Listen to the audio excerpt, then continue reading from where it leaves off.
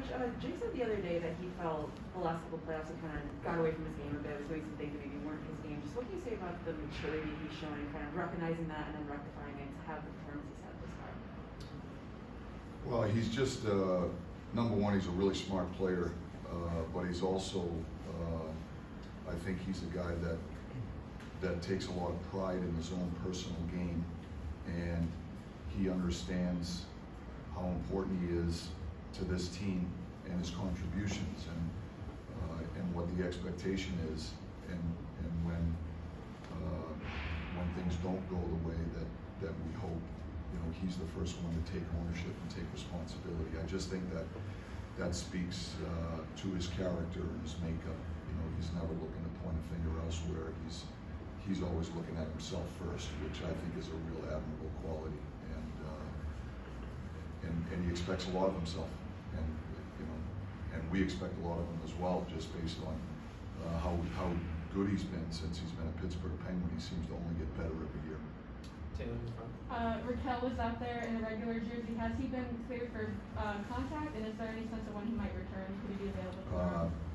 No, he hasn't been cleared for contact. I think it was just an optional skate. There wasn't a whole lot of contact out there by the nature of the practice. And right now, his status is day-to-day.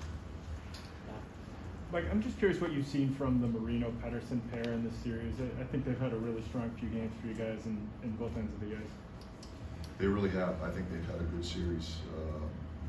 They're a steady pair for us. They take what the game gives them. They're not trying to do too much, but they've been a real steady pair for us. They're defending hard. They're helping us get out of our end. And they've helped us on the offensive side, just on the offensive blue line, by getting pucks down to the net, and being active up top, which helps create offense off, with that in zone grind game. We're trying to get our defensemen involved there, and they've been a big part of it as well. Like the fade off. Mike, you've spoken recently about Pittsburgh captain, the way he's played of late. Just what's going to be the key for him to sustaining that and to develop a little bit of consistency game in and game out? I think Cappy's played his best hockey of the year here in the playoffs, and I think what he needs to do to sustain it is he just needs to stay in the moment, and take each game as it comes, take each shift as it comes, and just play the game the right way. Focus on the process, focus on the details, do your job when you don't have the puck, and trust your instincts when you have it. And I think that's what he's doing. The biggest thing that jumps out at me is that he's utilizing his speed a number of different ways, both with the puck and without the puck. He's getting in the forecheck. He's added a physical dimension more consistently. He's forcing turnovers when he doesn't have it. When he has it, he's challenging defensemen with wide speed. He's got a number of looks just with wide speed and trying to get a step on a defenseman and putting pucks at the net. So he's utilizing his speed both with the puck and without the puck, and I think that's the biggest thing that's allowing him to have success. Robin, right? Mike, I know from talking to some of your veteran guys, they felt last postseason maybe you guys let an opportunity to get away to go up 3-1 in Game 4, and last night you guys really put your foot down with that same opportunity. Was that something that was in discussion amongst the group or amongst the coaches as sort of a reminder? It wasn't a discussion that we had with our players. Whether or not the players had that discussion when the coaches left the room is a better question for them. But I do think, my sense is that it's understood, and just making sure that we control what we can, to finish games the right way. And the way to do that is to continue to do the things that have brought you success. And you've got to make sure you don't exhale. You've got to continue to play on your toes. You've got to skate. We've got to pursue pucks. We've got to play the game that gives us the best chance to win. And when we do that, we dictate the terms. And understanding that we're playing against a real good opponent, and that brings a lot of team speed, that has a quick strike offense. And so we've got to do our best to try to dictate the terms so we can limit the looks that they're going to get. They're going to get some because they're a talented group, but we've got to make it hard on them. And I thought in the third period last night we did a much better job. Wes.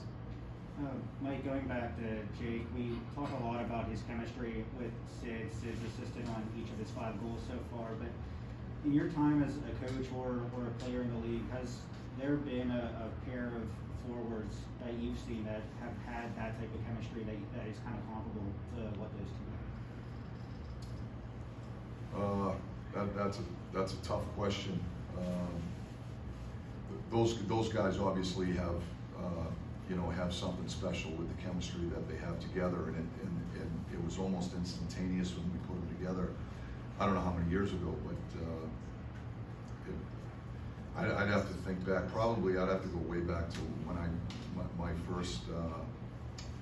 my first head coaching job when I was coaching the Boston Bruins. Joe Thornton and Glenn Murray were a duo that had a pretty special chemistry way back when. That might have been similar, but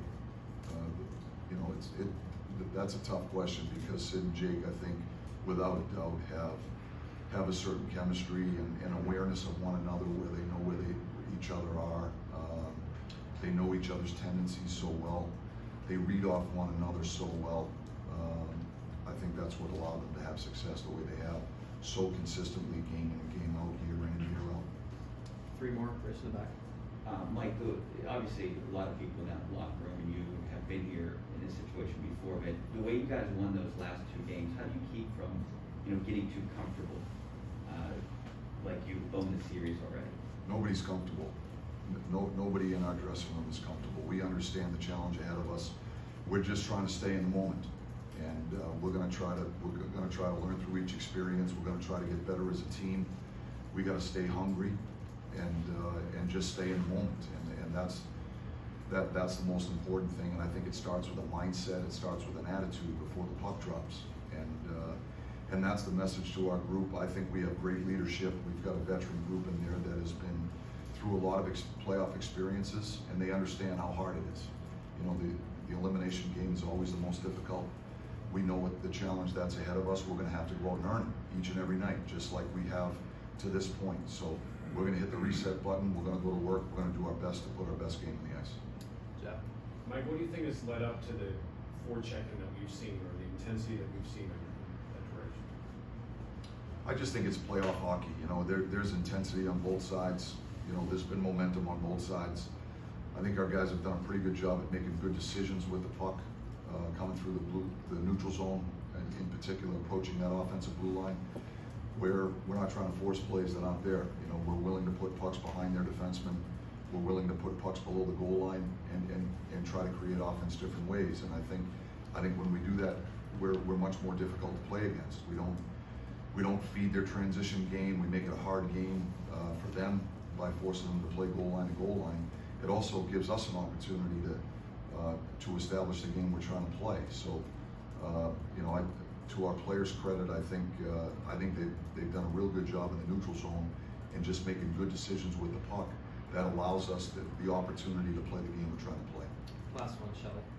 Mike, obviously you have some business still to take care of, but 7 years ago you were not in the Penguins organization yet, and last night you became the winningest playoff coach in the team history, and there's some pretty big names on the list of guys who've coached here too.